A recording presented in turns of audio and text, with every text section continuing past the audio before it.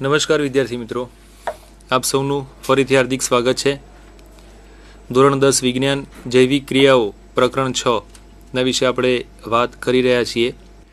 તો હવે મનુષ્યની અંદર જે શ્વસન થાય છે એ શ્વસન કેવી રીતના થાય છે અને મનુષ્યની અંદર શ્વસન થવાથી કેવી રીતના ઓક્સિજનનો ઉપયોગ કરે છે અને કેવી રીતના કાર્બન ડાયોક્સાઇડ એ ઉત્સર્જિત કરે છે એને આપણે સમજીએ. તો શ્વસન, મનુષ્યમાં શ્વસનને સમજીએ પહેલાં શ્વસનની પ્રક્રિયાને આપણે થોડીક સમજી લઈએ, પછી મનુષ્યના શ્વસન ઉપર આપણે જઈશું. તો તમે તમારી સ્ક્રીન ઉપર જોઈ શકો છો એ પ્રમાણે શ્વસનની વ્યાખ્યા આપવામાં આવી છે કે સજીવો ખોરાકનો ઉપયોગ ઉર્જા પ્રાપ્ત કરવા માટે કરતા હોય છે. વિવિધ પ્રકારના સજીવો દ્વારા ઉર્જા પ્રાપ્તિની વિવિધ રીતો અપનાવવામાં આવતી હોય છે. જુદી જુદી રીતે જુદા જુદા સજીવો જે છે એ શ્વસન કરતા હોય છે. કેટલાક સજીવો ગ્લુકોઝના સંપૂર્ણ વિઘટન માટે ઓક્સિજનનો ઉપયોગ કરે છે. ઓક્સિજનનો ઉપયોગ થતો હોય તો એને જારક શ્વસન કહેવાય. હમણાં આગળ આપણે જારક શ્વસન વિશે જોવાના છીએ, એટલે વધારે આપણે ચર્ચા અહીંયા આગળ કરતા નથી. કેટલાક સજીવો ઓક્સિજનનો ઉપયોગ કર્યા વગર ગ્લુકોઝનું વિઘટન કરે છે, પણ એનું અપૂર્ણ વિઘટન થાય છે અને માટે ઉર્જા પણ ઓછી પેદા થવાની છે, જેને અજારક શ્વસન કહેવામાં આવે છે. તો અહીંયા આગળ શું વાત થઈ કે શ્વસન ઉર્જા પ્રાપ્તિ માટે કરવામાં આવતી પ્રક્રિયા છે. જુદા જુદા સજીવોમાં જુદી જુદી રીતે થતી હોય છે. જો ઓક્સિજનની હાજરી ઉપયોગ કરીને થાય તો એ જારક શ્વસન છે અને ઓક્સિજનની ગેરહાજરી ઉપયોગ કર્યા વગર થાય તો એ અજારક શ્વસન છે. એટલે કે શ્વસનના આપણે બે પ્રકાર પાડવો તો પાડી શકીએ. કયા? તો કે જારક શ્વસન અને અજારક શ્વસન. આ શ્વસનના બે પ્રકારો છે. હવે પોષણ, જ્યારે ખોરાકનું પાચન થાય છે ત્યારે અંતિમ પદાર્થ તરીકે આપણને ગ્લુકોઝ મળ્યો હતો. પોષણની પ્રક્રિયા પછી ખોરાક પચી ગયો એટલે આપણને ગ્લુકોઝ મળ્યો. તો આ ગ્લુકોઝનો હવે શું થાય છે આગળ જતા? હવે આટલેથી શ્વસનની પ્રક્રિયા ચાલુ થઈ. ત્યાં સુધી પાચનની પ્રક્રિયા હતી, હવે શ્વસનની પ્રક્રિયા ચાલુ થઈ. શ્વસન કોઈ પણ પ્રકારનું હોય, જો એ જારક હોય કે અજારક હોય, આ બંને પ્રકારના શ્વસનના પહેલા તબક્કાની અંદર 6 કાર્બન વાળો જે ગ્લુકોઝ છે એ ગ્લુકોઝના અણુનું 3 કાર્બન ધરાવતા પાયરુવેટના અણુમાં વિઘટન થવાનું છે. એટલે કે પાયરુવેટનું નિર્માણ થાય ત્યાં સુધી એ જારક અજારકમાં તબક્કા સમાન રહેવાના છે. કયા? ગ્લુકોઝમાંથી પાયરુવેટનું નિર્માણ. તો ગ્લુકોઝમાંથી પાયરુવેટનું નિર્માણ એ જારકમાં પણ થાય છે અને અજારકમાં પણ થાય છે, અને આ ક્રિયા કોષરસમાં થવાની છે. આટલી વસ્તુ જે છે જારક અજારકની અંદર સમાન છે. હવે આ જે પાયરુવેટ બન્યો એ પાયરુવેટના ચયાપચયનો આધાર ઓક્સિજનની હાજરી કે ગેરહાજરી ઉપર રહેલો છે. એટલે હવે જો ઓક્સિજનની હાજરીમાં થતું હશે તો એ જારક શ્વસન થઈ જશે પાયરુવેટનું, અને પાયરુવેટનું ઓક્સિજનની ગેરહાજરીમાં તો એ અજારક શ્વસન તરીકે એ ઓળખાશે. 3 રીતે એનું ચયાપચય થવાનું છે. એમાં સૌથી પહેલી આપણે વાત કરવી છે જારક શ્વસન વિશે. હમણાં કહ્યું એ પ્રમાણે કે ઓક્સિજનની હાજરીમાં વિઘટન થઈને કાર્બન ડાયોક્સાઇડ, પાણી અને ઉર્જા છૂટી પડે તો એ જારક શ્વસન કહેવાશે. એટલે ઓક્સિજનની હાજરીમાં થતું શ્વસન જારક. પછી જોઈશું ઓક્સિજનની ગેરહાજરી એટલે કે અજારક. જારક શ્વસનની ક્રિયા કણાભ સૂત્રમાં થાય છે. આ પ્રક્રિયા દરમિયાન મુક્ત થતી ઉર્જાનો સંગ્રહ એટીપી, એડેનોસાઇન ટ્રાય ફોસ્ફેટની અંદર થતો હોય છે. એટલે શ્વસનના અંતે જે ઉર્જા નિર્માણ થવાની છે, આ ઉર્જા જે છે એ સંગ્રહ પામે છે એટીપી સ્વરૂપે. આ એટીપી એ કોષનું ચલણ છે. જેવી રીતના બજારની અંદર આપણે કશી ખરીદી કરવી હોય તો આપણે શું કરીએ? બજારની અંદર કંઈ ખરીદી આપણે કરવા જઈએ હોય તો આપણી પાસે એનું ચલણ હોવું જોઈએ. જેમ કે આપણું ભારતનું ચલણ જે છે એ રૂપિયો છે અને અમેરિકાનું ચલણ જે છે એ ડોલર છે. તો ભારતની અંદર જ્યારે કોઈ વસ્તુ આપણે ખરીદવી હોય છે ત્યારે આપણે રૂપિયો ચલણ તરીકે આપણે એને આપતા હોય છે અને સામે કોઈ વસ્તુ લેતા હોઈએ છીએ. અમેરિકાની અંદર ડોલર આપો અને વસ્તુ તમે ખરીદવાના છો. તો કોષની અંદર રૂપિયો કે ડોલર તો છે નહીં. તો કોષની અંદર કોઈ ક્રિયા કરવી હોય તો એના માટે કંઈક ચલણ જોઈએ, કંઈક ઘટક જોઈએ કે જેની અવેજીમાં આપણને કામ થઈ શકે. તો કોષમાંનું ચલણ એટલે એટીપી, એડિનોસાઇન ટ્રાયફોસ્ફેટ. આ એટીપી જે છે એ ઉર્જા મુક્ત કરશે અને કોઈ પણ દેહધાર્મિક ક્રિયા આપણી અંદર થશે. આપણે સામાન્ય આંખો પણ પટપટાવીએ છીએ કે આપણે લખતા હોઈએ છીએ, દોડતા હોઈએ છીએ, આ બધાની અંદર આપણને ઉર્જાની જરૂર પડે છે. આ ઉર્જા ક્યાંથી મળે છે? તો કે આ એટીપીમાંથી આપણને ઉર્જા મળે છે. અને એટીપી કેવી રીતના બન્યું છે? તો કે શ્વસનના લીધે બન્યું છે. એટલે કે જારક શ્વસનમાં સૌથી પહેલો ગ્લુકોઝ જે 6 કાર્બન ધરાવતો અણુ છે, કોષરસની અંદર આ પ્રક્રિયા થવાની છે અને કોષરસની અંદર આ પ્રક્રિયા થઈને એનું શામાં રૂપાંતરણ થશે? 3 કાર્બન ધરાવતા પાયરુવેટમાં. કેટલીક ઉર્જા આગળ મુક્ત થાય છે.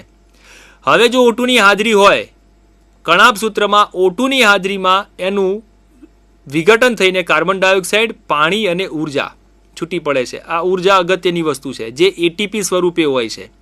આ ઉર્જા એટલે કે એટીપી. તો જારક શ્વસન માટેનું સમીકરણ બનાવો તો શું બને? ગ્લુકોઝ, પાયરુવેટ અને ઉર્જા કાર્બન ડાયોક્સાઇડ અને પાણી. તો ગ્લુકોઝથી પાયરુવેટ કોષરસમાં અને પાયરુવેટથી આ ઉર્જા અને કાર્બન ડાયોક્સાઇડ ને પાણી એ કણાભ સૂત્રમાં. O2 ની હાજરી છે, માટે આ જારક શ્વસનનો તબક્કો છે. હવે વાત કરીએ આપણે અજારક શ્વસન વિશે. તો ઓક્સિજનની ગેરહાજરી પાયરુવેટનું ઇથેનોલ અને કાર્બન ડાયોક્સાઇડ એનું ઉત્પન્ન કરશે ઓક્સિજનની ગેરહાજરીમાં, જેને અજારક શ્વસન કહેવામાં આવે છે. એનું પણ આપણને સમીકરણ જો જોવું હોય તો એના અનુસંધાનમાં આપણે જોઈ લઈએ. કારણ કે આ યીસ્ટ નામનો જે સજીવ છે એ યીસ્ટ હમણાં આપણે જોયું પેલી પ્રવૃત્તિની અંદર કે યીસ્ટ મૂકવાથી આથવણ થયું અને આથવણ એ અજારક શ્વસન છે, અજારક શ્વસનની પ્રક્રિયા છે. તો એ પ્રવૃત્તિમાં શું બન્યું હતું? Carbon dioxide. બીજું શું બને છે? ઇથેનોલ. એટલે કે આ ગ્લુકોઝ જે છે એનું પાયરુવેટ સુધી તો પ્રક્રિયા સમાન રહેશે, એ જારક હોય કે અજારક હોય, કોષરસમાં થવાની છે. પ્રક્રિયા જુદી ક્યાં પડે છે? અહીંયાથી. ત્યાં આગળ O2 હાજર લખ્યો તો અહીંયા આગળ આપણે O2 ગેરહાજર લખ્યું છે અને યીસ્ટમાં થાય છે, પેલી કણાભ સૂત્રમાં થાય છે. અને એના અંતે શું બને છે? ઇથેનોલ, કાર્બન ડાયોક્સાઇડ અને ઉર્જા, ATP સ્વરૂપી ઉર્જા. ધ્યાન રાખીશું અહીંયા આગળ ઉત્પન્ન થતી ઉર્જા જે છે ને એ જારક શ્વસન કરતા પ્રમાણમાં ઓછી હોય છે. તો આ અજારક થયું. બંનેમાં કંઈ જાજો તફાવત નથી, તફાવત ખાલી આટલો જ છે. આટલે સુધી તો સરખું જ છે. હવે O2 ની ગેરહાજરી, પહેલામાં O2 ની હાજરી કણાભ સૂત્રમાં, અહીંયા યીસ્ટમાં, ત્યાં આગળ વધુ પ્રમાણની અંદર ઉર્જા H2O અને CO2, અહીંયા આગળ ઇથેનોલ બને છે અને ઉર્જા છૂટી પડે છે. ઓછા પ્રમાણની અંદર ઉર્જા છૂટી પડતી હોય છે. તો આ અજારક શ્વસન થયું. એ સિવાય મનુષ્યના સ્નાયુ કોષોની અંદર પણ શ્વસન થતું હોય છે. તમે તમારી સ્ક્રીન ઉપર જોઈ શકો કે જ્યારે પ્રાણીઓના સ્નાયુમાં ઓક્સિજનનો અભાવ હોય અથવા તો ઓછું પ્રમાણ હોય ત્યારે પાયરુવેટનું એમાં આલ્કોહોલમાં રૂપાંતરણ નહીં થતાં એનું લેક્ટિક એસિડમાં રૂપાંતરણ થઈ જાય છે. એટલે કે એ અજારક શ્વસન જ છે. આટલે સુધી તબક્કા આપણે સમાન છે. હવે તબક્કો અહીંયા બદલાય છે. O2 ની ગેરહાજરી અને સ્નાયુ પેશીમાં નીપજ બદલાઈ ગઈ. પહેલામાં આલ્કોહોલ હતો, અહીંયા આગળ શું છે? લેક્ટિક એસિડ છે. પણ ઉર્જા દરેકમાં છે. અજારક શ્વસનના બંનેની અંદર ઉર્જા પેદા થાય છે, પણ જારકમાં થતી ઉર્જા કરતાં ઓછી પેદા થતી હોય છે. આ બધી જ પ્રક્રિયાને આપણે એક સમીકરણ સ્વરૂપે તમને સમજાવવાનો પ્રયત્ન કર્યો છે. તો ગ્લુકોઝ કોષરસની અંદર થતી ગ્લાયકોલિસિસની પ્રક્રિયા શું બને છે? પાયરુવેટ. હવે જુઓ, O2 ની હાજરી હોય, કણાભ સૂત્રમાં થાય, 38 ATP નિર્માણ પામે છે. ઓક્સિજનની ગેરહાજરી જો યીસ્ટમાં થાય, વનસ્પતિજન્ય માધ્યમ, તો ઇથેનોલ અને 2 ATP. અહીંયા 38 ATP, અહીંયા આગળ 2 ATP, મતલબ પ્રમાણમાં વધુ ઉર્જા, પ્રમાણની અંદર ઓછી ઉર્જા. ઓક્સિજનની ગેરહાજરીમાં અજારક શ્વસન એક બીજું પણ થાય છે પ્રાણીના સ્નાયુમાં. એ દરમિયાન લેક્ટિક એસિડ બને છે અને 2 ATP બને છે. ઇથેનોલ, લેક્ટિક એસિડ, આ બે નિપજ જુદી છે. ATP ત્રણેયમાં બને છે. ફરક એના પ્રમાણનો છે. 38 છે, 2 છે અને 2 છે. તો આ શ્વસનની જનરલ રજૂઆત અહીંયા આગળ કરવામાં આવી છે, જારક અને અજારક શ્વસન. હવે આ પ્રક્રિયા જે છે વિદ્યાર્થી મિત્રો, આ પ્રક્રિયા ક્યાં થવાની છે? દરેક સજીવની અંદર આ પ્રક્રિયા થતી હોય છે. એમાં મનુષ્યની અંદર પણ આ પ્રક્રિયા થાય છે. મનુષ્યની અંદર આ પ્રક્રિયા થતી હોય છે, એના માટે એને ઓક્સિજન જોઈએ છે. આ ઓક્સિજન ક્યાંથી મેળવે છે? હવામાંથી. કઈ પ્રક્રિયા? શ્વાસ અને ઉચ્છ્વાસ. તો મનુષ્ય જે શ્વાસ લે છે અને કોષની અંદર ઓક્સિજન જાય છે, એ શ્વાસ ઓક્સિજન લોહી સુધી પહોંચાડવા માટે જે શ્વાસની પ્રક્રિયા થવાની છે અને પછી ઉચ્છ્વાસની જે પ્રક્રિયા થવાની છે, આ શ્વાસ અને ઉચ્છ્વાસની પ્રક્રિયામાં એના અંગો કયા છે? નોર્મલી જ્યારે તમે શ્વસન શબ્દ વાપરો ને ત્યારે ઉર્જા સાથે સંકળાયેલો શબ્દ છે શ્વસન. અને શ્વાસોચ્છ્વાસ શબ્દ જ્યારે વાપરો છો ત્યારે શ્વસન વાયુઓ ઓક્સિજન અને કાર્બન ડાયોક્સાઇડની આપ અને લે કરવા માટેની પ્રક્રિયાનો અહીં આગળ નિર્દેશ થાય છે. એટલે શ્વાસોચ્છ્વાસ નામની જે પ્રક્રિયા છે એ માત્ર શ્વાસ અને ઉચ્છ્વાસ સાથે સંકળાયેલી છે અને શ્વસનની પ્રક્રિયા જે છે એ કોષની સાથે સંકળાયેલી પ્રક્રિયા છે. યાદ રાખજો, આ શ્વાસોચ્છ્વાસ અને શ્વસન બંને પાછા એકબીજા સાથે જોડાયેલી પ્રક્રિયાઓ છે. બંને એકબીજા વગર એમને ચાલે એમ નથી. તો જોઈએ મનુષ્યની અંદર શ્વાસોચ્છ્વાસની પ્રક્રિયા અને એના અંગો કયા છે તે. સૌથી પહેલાં નાસિકા છિદ્ર છે, જેના દ્વારા આપણે શ્વાસ શરીરમાં લેવાના છીએ. ત્યારબાદ નાસિકા કોટર છે, અંદરની બાજુએ ગુહા આવેલી છે. જેમ મુખ કોટર હતું એમ આગળ નાકનું નાસિકા કોટર કહેવાશે. ત્યારબાદ કંઠનળી છે. ત્યારબાદ ઘાટી ઢાંકણ છે, આ કાસ્થિમય પટ્ટી છે. ત્યારબાદ શ્વાસ નળી છે, સી આકારની આ કાસ્થિમય પટ્ટીઓ છે. ત્યારબાદ શ્વાસ વાહિની છે કે જે શ્વાસનું વહન કરવાવાળી છે ફેફસા સુધી. ત્યારબાદ શ્વાસ વાહિકાઓ છે, હજુ સૂક્ષ્મ થાય છે, આ શ્વાસનળી પ્રમાણમાં જાડી હોય છે, એના કરતાં પાતળી જે છે શ્વાસવાહિની છે, 2 ફેફસાની અંદર વહેંચાય છે, 2 ભાગમાં વહેંચાઈ જતી હોય છે, એક ડાબા ફેફસામાં અને એક જમણા ફેફસાની અંદર જાય છે. શ્વાસવાહિની અંદર જઈને અતિ સૂક્ષ્મ પાછી શ્વાસ વાહિકાઓમાં રૂપાંતરિત થાય છે. આ ફેફસા છે, આ ઉરોદર પટલ છે કે જે ઉપર નીચે થાય છે અને ફેફસાની અંદર હવા ભરાય છે, ઓછી થાય છે, ભરાય છે, એવું થાય છે. એ ઉરોદર પટલ જે છે શ્વાસોચ્છ્વાસની ક્રિયામાં આપણને મદદ કરવાનું છે. તો આ જે અંગો થયા એ શ્વસન અંગો થયા. કોના? મનુષ્યના. તો નાસિકા કોટરથી માંડીને આ શ્વાસ વાહિકા સુધી હજુ આ શ્વાસ વાહિકાના છેડે ફૂલેલી ફુગ્ગા જેવી રચનાઓ આવેલી હોય છે, એ જે આકૃતિમાં બતાવવામાં આવી નથી કારણ કે નાની છે. એટલે એ શ્વાસ વાહિકાઓના છેડે જે ફૂલેલી ફુગ્ગા જેવી જે રચના છે એને કહેવામાં આવે છે વાયુકોષ્ઠ. આ વાયુકોષ્ઠ કેવા છે તમે આકૃતિમાં જોઈ શકો છો. આ આવી શ્વાસવાહિકા, આ આવી શ્વાસવાહિકા. આ શ્વાસવાહિકાઓના છેડે આ ફૂલેલા ફુગ્ગા જેવી કોથળીઓ જેવી રચના છે જેને કહેવામાં આવે છે વાયુકોષ્ઠ. એની ફરતે લાલ અને વાદળી રંગની નળીઓ તમને જોવા મળે છે, વાહિનીઓ છે, એ રુધિર કેશિકાઓ છે, એ સૂક્ષ્મ છે, કેશ જેટલી પાતળી છે એટલા માટે એને રુધિર કેશિકા એવો શબ્દ વાપરવામાં આવે છે. તો હવા ક્યાં આવી? તો હવા જે શ્વાસમાં લીધી એ હવા અહીંયા થઈને આ વાયુકોષ્ઠની અંદર દાખલ થઈ. અહીંયા આગળ આ વાયુકોષ્ઠના સંપર્કમાં કોણ હોય છે? આ વાયુકોષ્ઠના સંપર્કમાં એક તો આ શ્વાસ વાહિકા હોય છે અને બીજી રુધિર કેશિકાઓ હોય છે. એટલે બહારથી આવેલી હવા જે છે વાયુકોષ્ઠમાં ઠલવાય છે. એ હવામાંનો જે ઓક્સિજન છે એ ઓક્સિજન આ રુધિર વાહિનીઓ મારફતે ક્યાં જાય છે? રુધિરમાં જતો રહે છે અને અંગો સુધી પહોંચાડવામાં આવશે હૃદયના મારફતે. એ વહનમાં આપણે જોઈશું. અને એ અંગોમાં અથવા કોષની અંદર બનેલો જે કાર્બન ડાયોક્સાઇડ છે એ કાર્બન ડાયોક્સાઇડ આ વાયુકોષ્ઠમાં આવે છે અને ક્યાંથી બહાર નીકળે છે? તો કે શ્વાસ વાહિકાઓમાં થઈને ઉચ્છ્વાસ સ્વરૂપે બહાર નીકળતો હોય છે. એટલે વિદ્યાર્થી મિત્રો, આ વાયુકોષ્ઠ જે છે એ વાયુકોષ્ઠ શ્વસન વાયુઓની આપલે કરવા માટેનું સ્થાન છે, જ્યાં આગળ ઓક્સિજન લોહીમાં ભળે છે અને લોહીનો CO2 જે છે એ બહાર નીકળે છે, એ ઉચ્છ્વાસ સ્વરૂપે બહાર જશે. એટલે શ્વાસમાં લીધેલી હવા લોહીમાં અને લોહીમાંથી આવેલો કાર્બન ડાયોક્સાઇડ એ ઉચ્છ્વાસ સ્વરૂપે શરીરની બહાર જાય છે. તો આ વાયુકોષ્ઠની રચના છે. આ જેટલી પણ વાત કરી એને આપણે એક વિડીયોના સ્વરૂપે આપણે જોઈએ, જેથી કરીને આપણા દિમાગની અંદર એ શ્વસનની પ્રક્રિયા ક્યાંથી ને કેવી રીતના થાય છે ઝડપથી ક્લિયર થઈ જાય. તો આવો આપણે એનો વિડીયો જોઈએ જે મનુષ્યની અંદર શ્વાસોચ્છ્વાસની ક્રિયા બતાવે છે. અહીંયા આગળ આ શ્વાસ અને ઉચ્છ્વાસની પ્રક્રિયા છે, એનું નામ નિર્દેશન એણે કરેલું છે. આ શ્વાસ લીધો, આ ઉચ્છ્વાસ છોડ્યો. વિદ્યાર્થી મિત્રો, તમે જોઈ શકો છો કે જ્યારે શ્વાસ લેવામાં આવે છે ત્યારે એક વસ્તુ હું તમને ફરી બતાવું કે જ્યારે શ્વાસ લેવામાં આવે છે ત્યારે ફેફસા ફૂલે છે, પાછા સંકોચાય છે, ફૂલે છે, સંકોચાય છે, એ પ્રકારની પ્રક્રિયા આપણને જોવા મળે છે. તમે જોઈ શકો છો આ ફેફસા ફૂલે છે, શ્વાસ આવ્યો, આ સંકોચાય એટલે ઉચ્છ્વાસ સ્વરૂપે બહાર ગયો. હવે સમજીએ આપણે કે આ હવા જે છે એ દાખલ થઈ નેઝલ કેવિટી છે, મતલબ કે આપણું નાસિકા કોટર જે છે એ નાસિકા કોટરની અંદર શું આવેલું છે? તો કે એક તો શ્લેષ્મ છે અને રોમ આવેલા છે, જેના કારણે શું થાય છે? અને રુધિર વાહિનીઓ આવેલી છે. આના કારણે શું થાય છે કે રોમ જે છે એના કારણે હવા ગળાય છે. શ્લેષ્મમાં આવેલું છે એના કારણે ધૂળ કે રજકણ જે છે બધી ત્યાં આગળ ચોંટી જાય છે. એટલે નાસિકા કોટરની અંદર હવા ગળાય છે અને પછી આગળ વધે છે. ત્યાંથી આગળ ક્યાં જવાની છે? ફિલ્ટર બાય સિલિયા અને થોડીક ભેજયુક્ત હવા બને છે, ભેજવાળી. હવે એ હવા જે છે એ કંઠનળીમાં થઈને એ દાખલ થવાની છે, આગળ ફેફસા સુધી પહોંચશે. હવે અહીંયા આગળ એક ઘાંટી ઢાંકણીને બતાવ્યું છે. આ પ્રક્રિયાને સમજવા જેવી છે. આ જે ઉતરી રહ્યો છે ખોરાકનો કોળિયો છે, આ મુખ છે. મુખ જ્યારે ખોરાકનો કોળિયો ગળીએ ત્યારે આ ઘાંટી ઢાંકણ જે છે ને એ આ શ્વાસ નળીને બંધ કરી દે છે. એ અહીંયા આગળ ઢંકાઈ જાય છે. તમે જોઈ શકશો હમણાં કે આ ઢંકાય છે, જેથી કરીને ખોરાકનો કોળિયો અન્નનળીમાં થઈને જઠરમાં જતો રહે, શ્વાસ નળીમાં ન જાય. જુઓ, આ જે છે ઢંકાઈ ગયું, જેના કારણે ખોરાકનો ટુકડો આટલેથી સીધો અન્નનળીમાં જશે. અહીંયા આગળથી આ શ્વાસ નળી છે, ફેફસામાં ખોરાકનો કણ ન જવો જોઈએ, હવે ખુલી ગયું.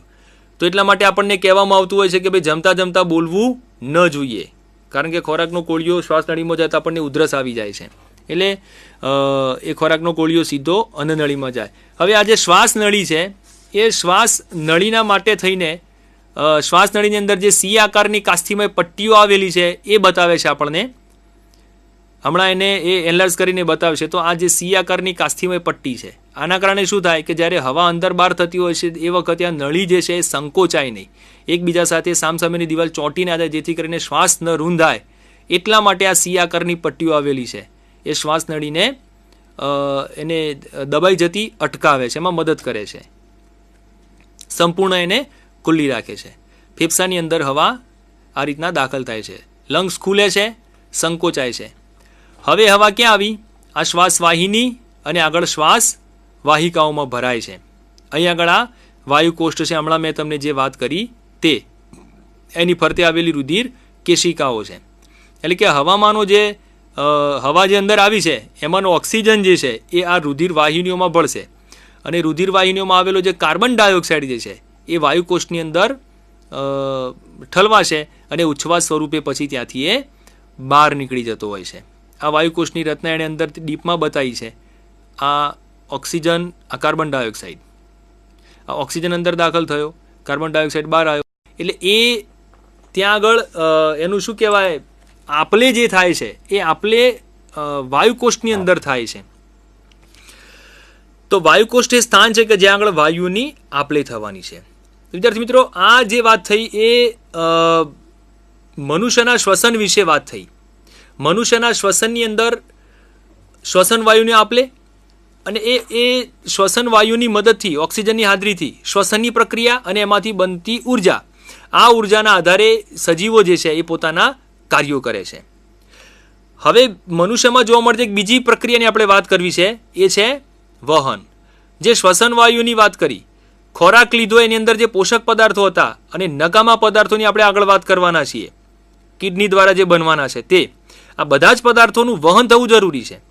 આપણે તો જમી લીધું, ખોરાકનું એક સ્થાનથી બીજા સ્થાને એક કોષ સુધી લઈ કોણ જશે? એ રુધિર લઈ જાય છે. શ્વસન વાયુને વાયુકોષથી અંગ સુધી અને અંગથી કાર્બન ડાયોક્સાઇડને વાયુકોષ સુધી કોણ લઈ જશે? એ રુધિર લઈ જાય છે. અને કિડનીમાં જે ઉત્સર્ગ દ્રવ્યો બન્યા છે અથવા તો ઘડાયા છે એ ઉત્સર્ગ દ્રવ્યોને શરીરની બહાર સુધી મોકલવા માટે કોણ લઈ જશે? એ ઉત્સર્ગ દ્રવ્યોને કોષથી કિડની સુધી કોણ લઈ જશે? તો એ રુધિર લઈ જાય છે. એટલે આપણા શરીરમાં એક ટ્રાન્સપોર્ટેશનની સિસ્ટમ પણ ચાલે છે, એમાં એક આ વહનની સિસ્ટમ ચાલે છે, પરિવહનની પણ ચાલે છે. અગાઉના ધોરણની અંદર આપણે રુધિર વિશે સમજીને આવ્યા છીએ. રુધિર એ લાલ રંગની પ્રવાહી સંયોજક પેશી છે. રુધિરના બંધારણમાં રુધિર રસ હોય છે અને રુધિર કોષો હોય છે. રુધિર કોષો એટલે કયા? રક્તકણો, શ્વેતકણો અને ત્રાકકણો. રુધિર કોષોના રક્તકણો જે છે એ લાલ રંગના હોય છે, શ્વેતકણો જે હોય છે એ શ્વેત રંગના હોય છે અને ત્રાકકણો જે છે એ રુધિર કણિકાઓ કહેવાય છે અને ત્રાક આકારની હોય છે, માટે એને ત્રાકકણ કહેવામાં આવે છે. તો આ રુધિર જે છે લાલ રંગનું એટલા માટે છે કારણ કે રક્તકણ છે. રુધિરના બંધારણમાં રુધિર રસ અને રુધિર કોષો, ત્રણ પ્રકારના રુધિર કોષો. રુધિર રસ ખોરાક એટલે કે પોષક દ્રવ્યો, કાર્બન ડાયોક્સાઇડ, ક્ષાર, નાઇટ્રોજનયુક્ત ઉત્સર્ગ પદાર્થો આનું દ્રાવ્ય સ્વરૂપે વહન કરાવડાવે છે. એટલે કે રુધિર જે છે વહનના કાર્ય માટેનું સૌથી અગત્યનું અને સૌથી ઉપયોગમાં આવી શકે એક એવું પ્રવાહી સંયોજક પેશી છે.